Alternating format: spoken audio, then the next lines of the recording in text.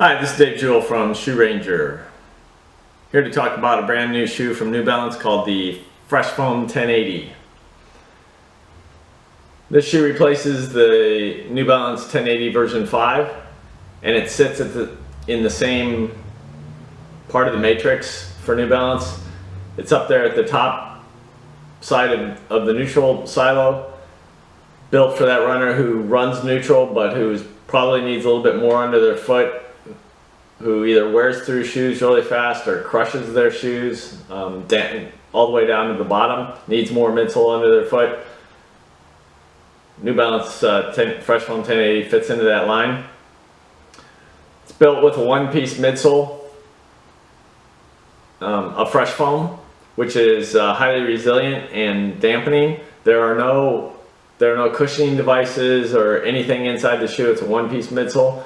It does have this rim that wraps all the way around the shoe. When you put your foot inside, your foot sits within that rim, keeps your foot in place.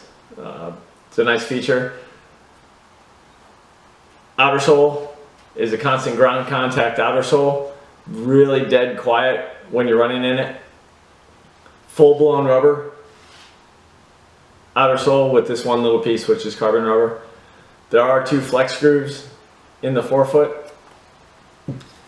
Shoe's not super flexible when you put it on. It may get more flexible as it breaks in, but right now it's not super flexible.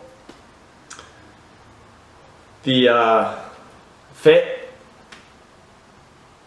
forefoot is an engineered mesh. There are no overlays on top of this mesh, so it's got a real wide open forefoot. Not wide, but a super open forefoot. In the midfoot, there is a saddle. The saddle's here to really lock the foot in place. The tongue is a gusseted tongue.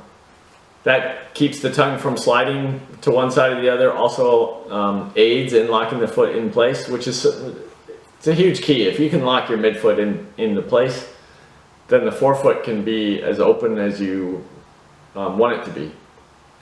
If you can't lock your foot in place in the midfoot, then your foot just slides forward, and that's never fun. The heel of this shoe is pretty wide. Those with skinny feet are going to have to use the back eyelet. On the inside, you've got an EVA stromal board for cushioning, and then you have an Ortholite sock liner.